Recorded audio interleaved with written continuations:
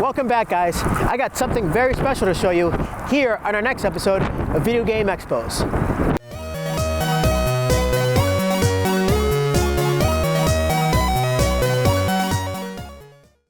I'm here in Frisco, Texas, and I'm about to show you the National Video Game Museum. The Video Game Museum is located at the Discovery Center here in Frisco, Texas. There are other expos that take place at this convention, but today we're going to focus strictly on, you guessed it, video games. Opened in 2016, the National Video Game Museum is a collection of interactive exhibits featuring memorabilia illustrating the history of the video game industry. Take a brochure. The guide inside will help you better explore the museum.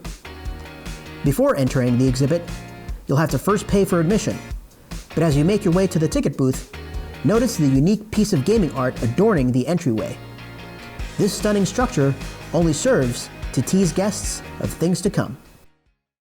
Okay, here we are inside the Video Game Museum. I just paid the entry fee. It's $12, and they give you these proprietary National Video Game Museum tokens. They give you 4 that you can use to play video games here.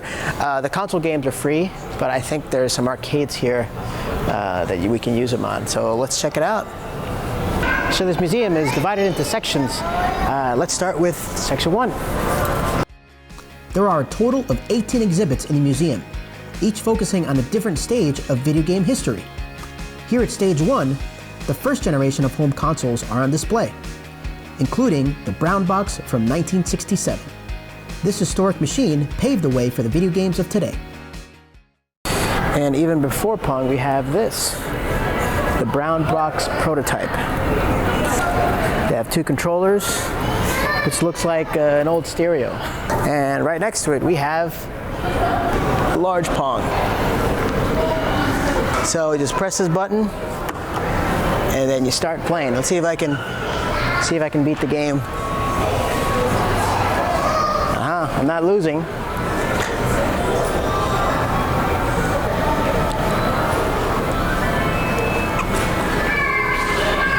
Hey, look at that, I won. Check this out. A surprisingly large-scale version of the iconic Pong video game is free to play and available only here at the National Video Game Museum.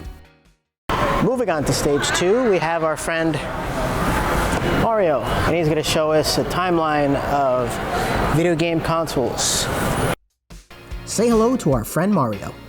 He's the custodian here at stage 2, safeguarding the entire scope of video game home consoles, encompassing every generation, from the Magnavox Odyssey to the Sega Saturn, to even our current generation of home consoles. Check out these oversized Super Nintendo controllers. They're used to navigate and access statistical information for each and every console. So you may notice these 3 Super Nintendo controllers here. You see, what do they do? Well, you press select. After you press select, it brings up a screen where you can highlight each individual console. Let's see, let's go to Sega CD.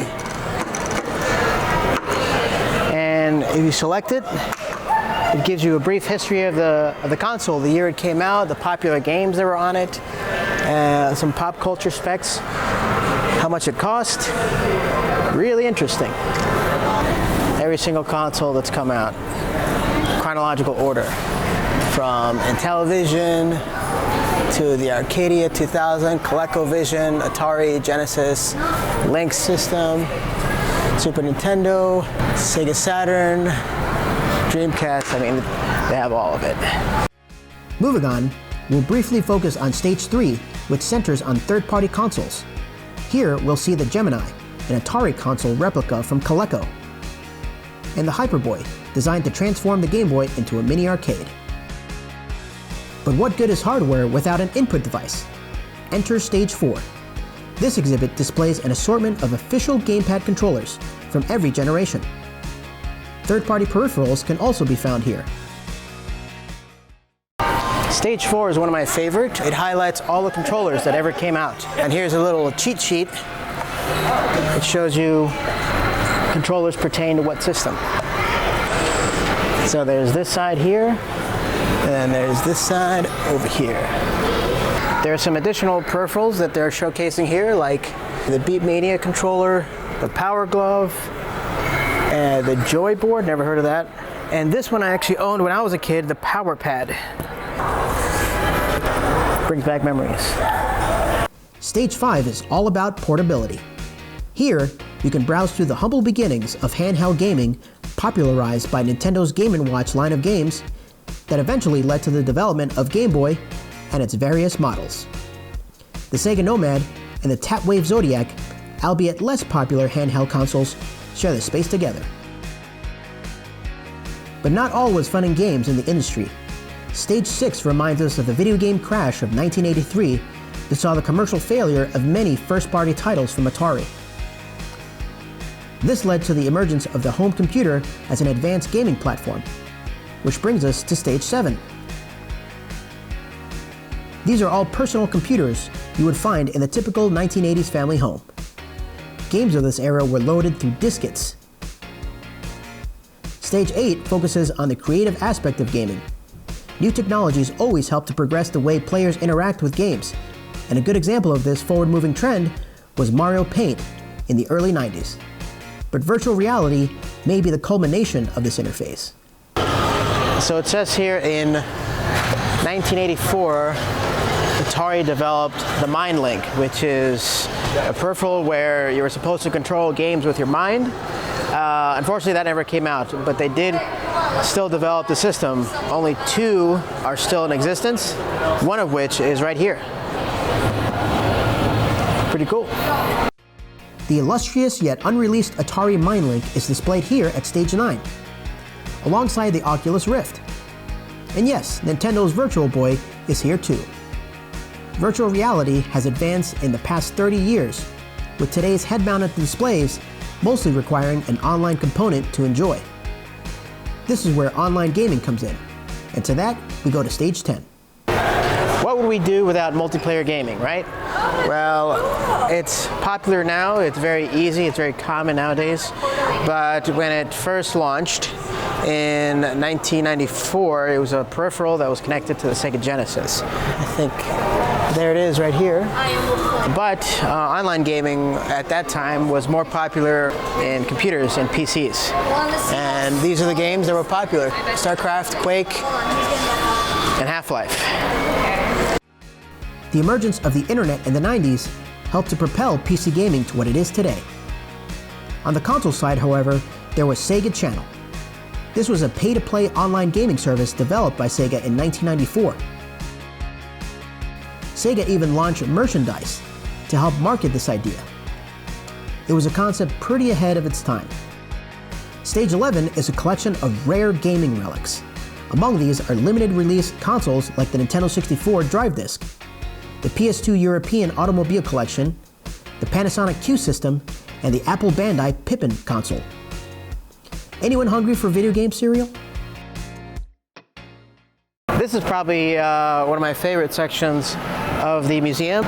It's called the Checkpoint section, where they have a bunch of rare items, rare, probably $1 million worth of stuff here. I don't know if you're old enough, you remember the Nintendo cereal system, the Donkey Kong cereal, the Japanese Nintendo GameCube that came with the DVD player. They also have the Atari 2600 and the Atari 2700 prototype that was never released. It's right here. Some games that are very rare. I know for a fact the Flintstones game is rare. The Texas Chainsaw Massacre, the Snowboard Kids 2 Stunt Racer. Let me know if any of these sound familiar. Dracula X, Castlevania.